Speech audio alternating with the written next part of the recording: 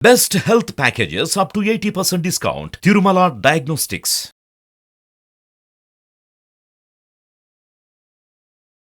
శ్రీ మహావిష్ణువుకి ఒక సంకల్పం కలిగింది.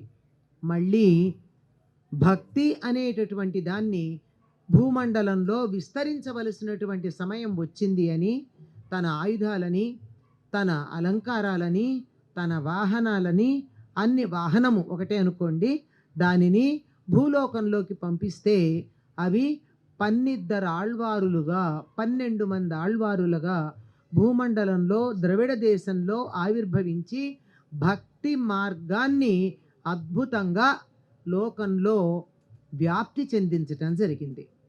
వారిలో ఒకే ఒక్క ఆళ్వారు స్త్రీమూర్తిగా మనకు కనపడుతుంది.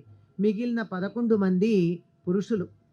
అటువంటి స్త్రీ ఆళ్వారు ఎవరయ్యా అంటే సాక్షాత్తు భూదేవి అని మనకి సంప్రదాయం చెప్తోంది. ఎప్పుడో ఒక్కసారి శ్రీ మహావిష్ణువు కొలువు తీర్చి ఉండగా వచ్చినటువంటి ఋషులు ఒక మాట అడిగారట.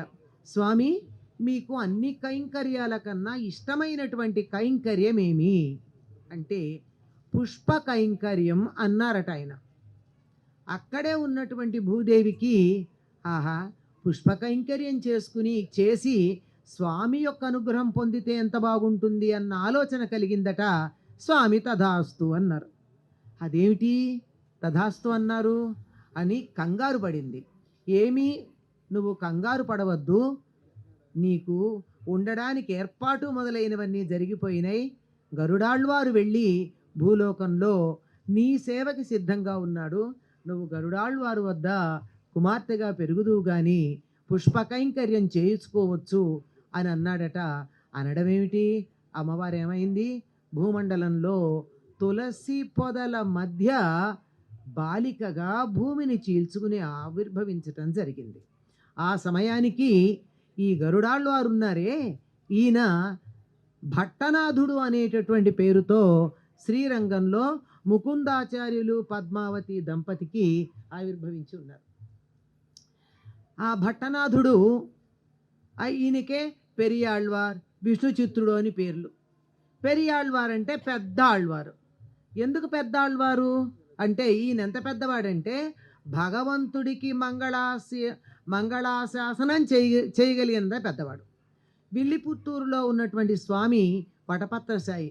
కరారవిందేన పదారవిందం పద ముఖారవిందే వినివేశయంతం వటస్య పత్రస్య పుటే శయానం బాలం ముకుందం మనసా స్మరామి అని మనం ఎవరినైతే అనుకుంటామో ఆ బాలముకుందుడు మర్యాకు మీద దిస్సమలలో పడుకుని చేతితో కాలి బొటనవేలిని నోటిలో పెట్టుకుంటూ ఆనందిస్తూ ఉన్నటువంటి స్వరూపం. అటువంటి బాలుణ్ణి తన పిల్లవాడుగా భావించి చాలా ఆనందంగా జీవితాన్ని గడుపుతూ ఎవరేమన్నా ఆ విష్ణు చిత్తం, స్వామి చిత్తం, ఆయన ఇష్టం అనేవాడట. అలా చిత్తమునందు విష్ణువుని నిలబెట్టుకున్నటువంటి వాడు, లేదా విష్ణువు చిత్తము తానే అయినటువంటి వాడు, ఇది ఆయన తత్వం అయితే లోకులు ఏమనుకున్నారు అంటే ఏదైనా విష్ణు చిత్తం అంటున్నాడు కదా అని చెప్పి ఆయనకు నిక్నేమ్ పెట్టేశారేమని విష్ణు చిత్తుడు అని. విష్ణు చిత్తుడుగా లోకంలో ప్రఖ్యాతి పొందాడు. ఒకసారి పాండ్యరాజు సభలో మోక్ష సాధన మార్గాలలో చాలా సులభమైనది, త్వరగా అనుగ్రహం లభించేది ఏది అనే దాని మీద చర్చ పెట్టినప్పుడు నువ్వు వెళ్ళి ఈ మార్గాన్ని ప్రతిపాదించమని స్వామి స్వయంగా చెప్పాడట ఈ విష్ణు చిత్తుడికి. చెప్తే నేను ఎక్కడెడతానయ్యా, నేనేం చదువుకున్నాను, ఆలయంలో ఉన్నటువంటి మొక్కలకి పాదులు చేసి పూలు పూయించి ఆ పూలని మాలలు కట్టి నీకు అలంకరించడం తప్ప నాకు మరొక్క పని రాదే. అక్కడ గొప్ప గొప్ప పండితులు వస్తారు, వాళ్ళతో నేను ఏ విధంగా వాదించి గెలవగలను అంటే, చూసావా ఇప్పుడే నాతో ఎంత పెద్ద సమాసం మాట్లాడావో, నీ గొప్ప అనుకుంటున్నావా, వెళ్ళు అన్నట్ట. విష్ణు చిత్తుడు కదా, వెళ్ళాడు. పాండ్యరాజు సభలో శ్రీ మహావిష్ణువు అర్చించటమే అన్నింటికన్నా సులభమైన మార్గము అని మిగిలినటువంటి మార్గాల వారందరికీ కూడా ఉపదేశించి వారందరి చేత ఇదే సరైందని ఒప్పించాడు. అప్పుడు పాండ్యరాజు వల్లభదేవుడు ఈయనకి సమస్తమైనటువంటి వైభవాలను ఇచ్చి ఏనుగు మీద ఊరేగిస్తూ ఆ పందెంగా కట్టినటువంటి రత్నాలని, ఒక కంకణాన్ని, చిలకని వీటన్నిటిని ఇస్తే తన భక్తుడు తన వైభవాన్ని ఇంతగా కీర్తించి అందరి చేత ఒప్పింపచేశాడు అని సంతోషంతో శ్రీ మహావిష్ణువు గరుత్మంతుడి మీద ఆకాశంలో నిలబడి వినోదంగా చూస్తున్నట్ట. ఆహా, ఎంత బాగుంది ఈ ఊరేగింపు! నా శిష్యుణ్ణి మరి ఏనుగు మీద ఊరేగిస్తున్నారు. శిష్యుణ్ణి ఊరేగిస్తున్నారంటే విషయం అదా? తన గురించి మాట్లాడినటువంటి శిష్యుణ్ణి. అది తనకే వైభవం అని చూస్తూ ఉంటే విష్ణువును చూసినటువంటి విష్ణు చిత్తుడు నీకు క్షేమమగుగాక పల్లాండు పల్లాండంటూ తన చేతిలో ఉన్నటువంటి రత్నాలన్నీ పూలుగా మార్చివేశాడు. స్వామిని చూడగానే పూలు వేయడం అలవాటు కదా, అలా వేశాడు.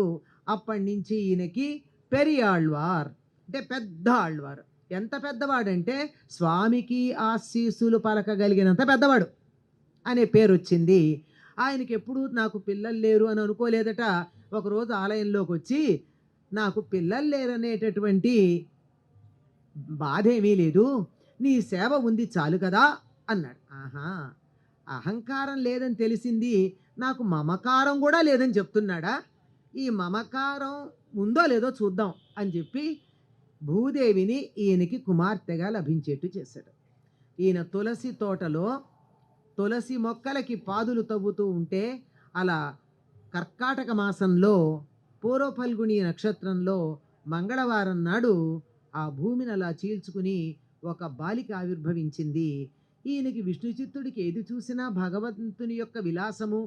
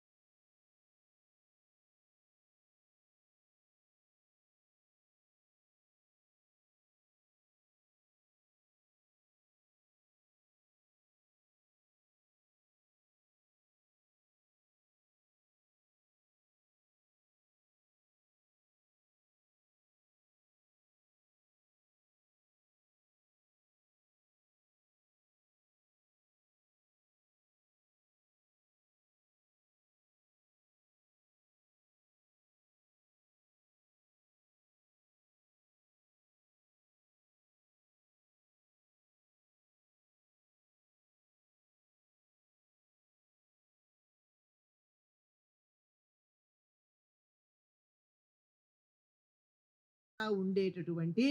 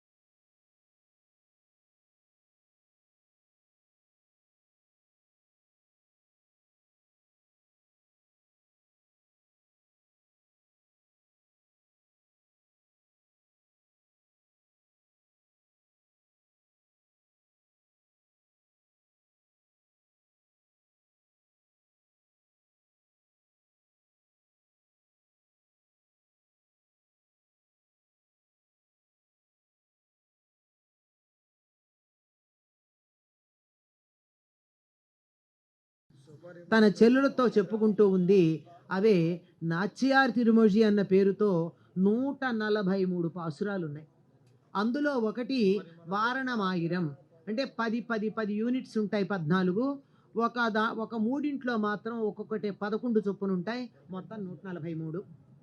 అందులో ఒకటి వారణమాయిరం. అంటే 1000 ఏనుగులతో ఊరేగింపుగా వచ్చి కృష్ణుడు నన్ను వివాహం చేసుకున్నట్టు కల వచ్చింది అని చెలులకు చెప్పేది. ఇక్కడ కొబ్బరి బొండాలు ఇటు నుంచి అటు వేసుకుంటూ చదివేటటువంటిది ఆ వారణమాయిరమే. అలా చదువుతారు. అయ్యాక చెల్లులను అడుగుతుంది, ఏమి ఎక్కడుంటాడే కృష్ణుడు, నాకు దొరకట్లేదు, విరహంతో వేగిపోతున్నాను. అంటే ఇక్కడెందుకుంటాడు, బృందావనంలో ఉంటాడు అన్నారట చెల్లులు. ఎందుకంటే అప్పటికి సుమారుగా 4,000 సంవత్సరాలకు ముందు మాట అది.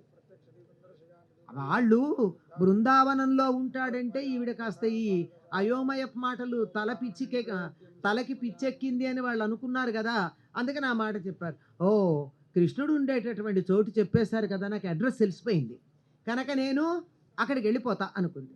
ఎట్లా పెడుతుంది, టైం ట్రావెల్ చేయడం కష్టం కదా.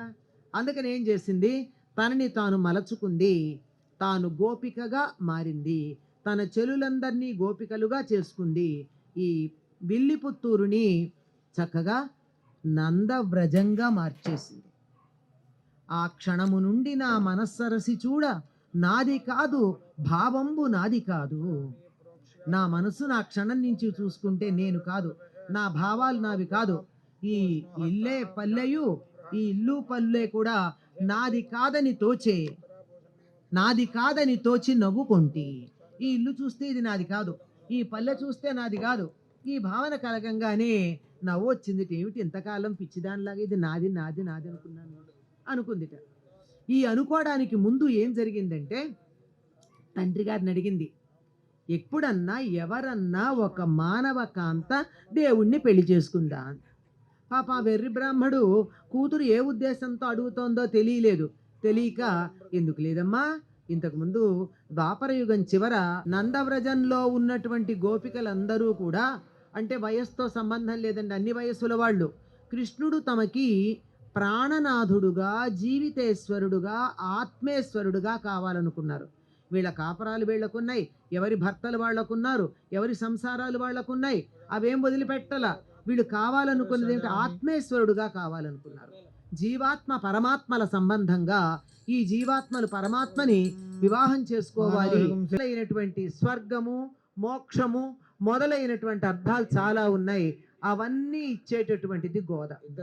గోదని మనం ఆరాధించినట్టయితే మనకి వెలుగు వస్తుంది, కాంతి వస్తుంది, చక్కని వాక్కు వస్తుంది, భూమి వస్తుంది, గోవు వస్తుంది, అన్నింటినీ మించి మోక్షం కూడా వస్తుంది. అటువంటి గోదని తీసుకొని వెళ్ళి పరమ పురుషుడైనటువంటి పరమాత్మకి, రంగనాథుడికి అర్పించేటటువంటి కార్యక్రమం గోదా కళ్యాణం. ఈ కళ్యాణంలో గమ్మత్తుగా మనం గోదా కళ్యాణం అంటున్నాం, గోదా రంగనాథ కళ్యాణం అంటాం, రంగనాథ కళ్యాణం అనం. అంటే ఇక్కడ గోదాదేవికే ప్రాధాన్యం ఉంది, దానికి కారణాలు వేరే ఉన్నాయి. ఏదైనా ఈ చక్కనైనటువంటి ఈ కళ్యాణాన్ని ఏ విధంగా మన భాషలో మనకర్థమయ్యేటట్టు అందించారో, గోదా పూజా విధానాన్ని, గోదా కళ్యాణాన్ని ఎలా చేసుకోవాలి సాధనాపరంగా అని మనకు అందించినటువంటి మాస్టర్ గారు, మన గురువర్యులు, పరమ పూజ్యులు, పరమ గురువులు, వారు ఇచ్చినటువంటి దాంట్లో చక్కగా చెప్తున్నారు. చక్కగా గోదాదేవికి రంగనాథుడికి మధ్య తెర పట్టారట. సుముహూర్తం అనంగానే ఇక్కడ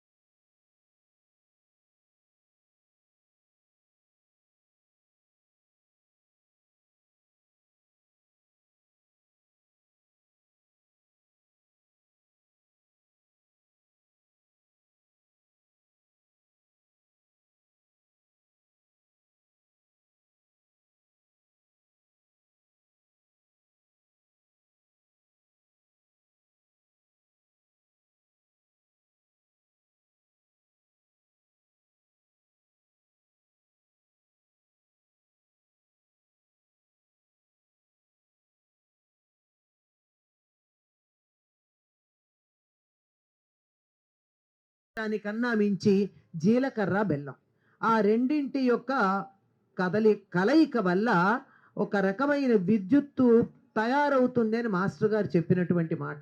ఆ విద్యుత్తు ఒకరి చేతి నుండి ఒకరి చేతికి సహస్రారానికి వెళ్ళి తగలడం వల్ల వారి యొక్క సాధన ఏక స్థితిలో ఒకే రకంగా సాగుతూ ఉంటుంది. ఆ దృశ్యాన్ని మాస్టర్ గారి మాటల్లో మనం విందాం. నిండు తొలకరి చిరు మబ్బు నింగి సాగ దానిపై ఇంద్రధను వండు తారటాడెననగా తెర పొరకి వలనవ్వల నిలిచి రంగపతియును గోదకరమ్ము సాచా.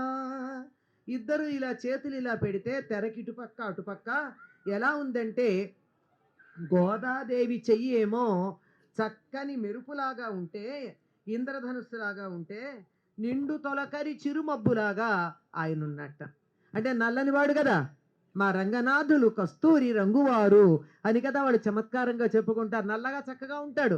అందుకని ఆ నల్లని చేతి మీద అమ్మవారి చెయ్యి ఇలా పడేటప్పటికి దీనికి గాజులున్నాయి. అమ్మవారు బంగారు రంగు, అసలు అచ్చ అచ్చ బంగారు పుటి మా గోదా అని ఆయనకి చెప్పేటప్పుడు ఆ స్వచ్ఛమైనటువంటి పుటం పెట్టిన బంగారం కదా, మిలమిలా మెరుస్తూ దాని మీద గాజులు ఉంటే ఎలా ఉందంటే ఒక చేతి మీద ఒక చెయ్యి ఇట్లా పెడితే నిండు తొలకరి మబ్బు మీద ఇంద్రధనుస్సు ఉన్నట్టుగా ఉన్నదట. అలా చేతిలో వాళ్ళు ఆ జీలకర్ర బెల్లం పెట్టుకుంటే జీలకర్రయు బెల్లము చేత నిలిపి ఒకరి మస్తకంబుననొకరుంచు వేళ వార్షికాభ్రమునకు సద్బలమునకు పెండ్లి జరిగిన శోభలు విరిసి మెరసే. ఎలా ఉంది, ఒకళ్ళ తల మీద ఒకళ్ళు జీలకర్ర బెల్లం పెట్టుకుంటే ఒకళ్ళ తల మీద పెడుతున్నప్పుడు నల్లని వర్షించటానికి సిద్ధంగా ఉన్న నల్లని మబ్బుకి అక్కడ ఉన్నటువంటి పచ్చిక చిగుళ్ళకి పెళ్లి జరిగినట్టుంది. ఎందుకు పచ్చికతో పోల్చారు? అమ్మవారు ఆకుపచ్చని రంగు చీర కట్టుకోవడమే కాదు, సాక్షాత్తు భూదేవిని రక్షించేటటువంటిది పచ్చికే. అందుకే గరికకు అంత ప్రాధాన్యం. భూమి యొక్క ఆకృతిని చక్కగా నిలబెట్టి ఉంచేటటువంటి లక్షణం గరికకుంది. అందుకే సహస్ర పరమాదేవి అని చెప్పి ఆవిడ్ని మనం కీర్తించడం జరుగుతుంది. రంగనికేలు మబ్బు రుచిరంబగు గోద సిరంబు పాపటన్ లాంగలి రేఖ వర్ష సలిలంబుల సాత్విక ఘర్మ బిందువుల్ సంగతి చల్లులన్ పదను సాగిన మృత్తగు బెల్లమందు చల్లంగనుపించు ధాన్యమనులాగున జీరక శోభలొప్పెడిన్. అమ్మవారి పాపట ఎలా ఉంది, ఇటు అటు నల్లని జుట్టు ఉంటే మధ్యలో ఇలా పాపట తీస్తే నాగేటి చాలులాగా ఉంది.